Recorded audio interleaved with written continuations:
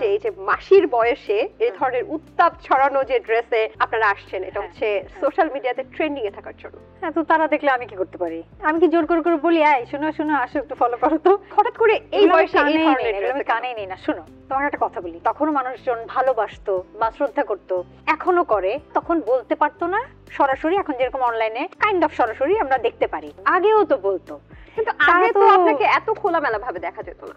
এখন তোমার জন্ম হয়নি, তুমি আমার লালটিপ দেখো, তুমি আমার নেশা দেখো, তখন তোমার জন্ম হয়নি। নিউ জেনারেশন এখন দেখছে, ওদের কাছে আমি নতুন। আগে জেনারেশন তো দেখেছেই, ওদের কাছে তো আমি পুরাতন। কখনো এরকম হয়েছে যে বাবাও পছন্দ করে আবার ছেলেও পছন্দ করে? হ্যাঁ, এরকম হয়েছে যে বাবার বিয়ে হয়নি, তখন আমি আর কি একদম নতুন নতুন কাজ করছি, তখন বাবা আমার ফ্যান, আবার তার ছেলে যখন টিনেজ তখন ছেলে আমার ফ্যান। আজ থেকে প্রায় 8 বছর আগে যে আপনি বলছিলেন নেশা গানে, যেখানে আপনাকে দেখা গেছে যে অনেক কিছু স্যাক্রিফাইস করতে, গহীন বনে দৌড়াদৌড়ি করতে, ঠান্ডা পানিতে ছড়ানো ড্রেসে দেখেছি আমরা আপনাকে ওখানে।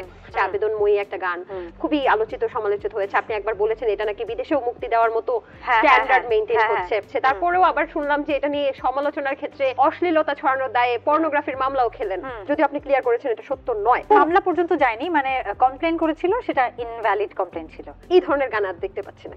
যে কমপ্লেইনটা করেছিল সে কিন্তু আমার পরিচিত এবং সেই ইন্ডাস্ট্রির। এর পিছনে একটা কারণ আছে, সেই কারণটা অনস্ক্রিন আমি বলবো না। আপনার কাছে পাত্তা পায়নি, অফিশিয়ালি পাত্তা পায়নি। হ্যাঁ, এটা ছাড়া বাকিটা আমি যদি বলি তাহলে এটা আলোচনাই হয়েছিল এবং এটা পপুলার হয়েছিল। ভবিষ্যতে আমরা এই ধরনের উত্তাপ ছড়ানো গান কবে দেখতে পাবো? দেখি, আমি তো একটু বেশি প্রস্তুতি নিয়ে সময় নিয়ে কাজ করি।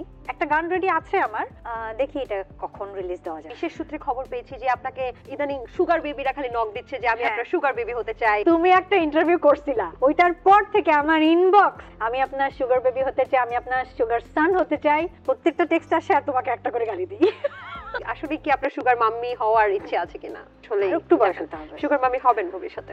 না বোধহয়। সুগার মাম্মি মানেটা কি আসলে আমরা বুঝি না, জানি না, চাও আমার অবুঝ মনে।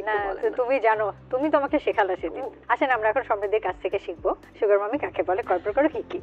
আমি তো চিনি খাই না যে সমৃদ্ধি, এখন কি হবে? আপনি কি খান? মধু। তাহলে তো আপনার নাম হানি মাম্মি। খাই, গুড় খাই, খুব ভালো। এই জন্যই তো তোমাকে আমি এত ভালোবাসি। এই যে ক্রিয়েটিভিটি, এগুলো আমার ভীষণ পছন্দ। তাহলে হানি মাম্মি, ওয়াও, এটা কিন্তু ভালো লাগছে। হানি মাম্মি, তার মানে আপনার সাথে যারা ছোট বয়সী প্রেম করতে চাবে তারা আপনার হানি বেবি হবে। একটু প্রেসার দিয়ে বলতে হবে হানি মাম্মি, হানি মাম্মি।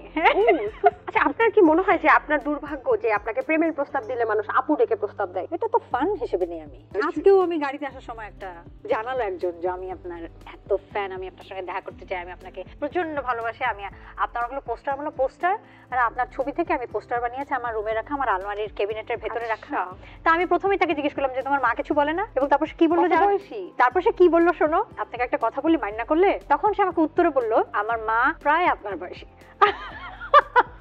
প্রেমের ক্ষেত্রে কোন বয়সী ছেলেদেরকে বেশি পছন্দ করেন, কম বয়সী নাকি বেশি বয়সী? বয়স আমার জন্য একদমই ডাজন্ট ম্যাটার। আমার ক্ষেত্রে হচ্ছে আন্ডারস্ট্যান্ডিং থাকতে হবে, মেন্টাল হাইট কিছুটা আমার মতো হতেই হবে, কথা বলে শান্তি পেতে হবে, কনভারসেশনে আমাকে বুঝতে হবে।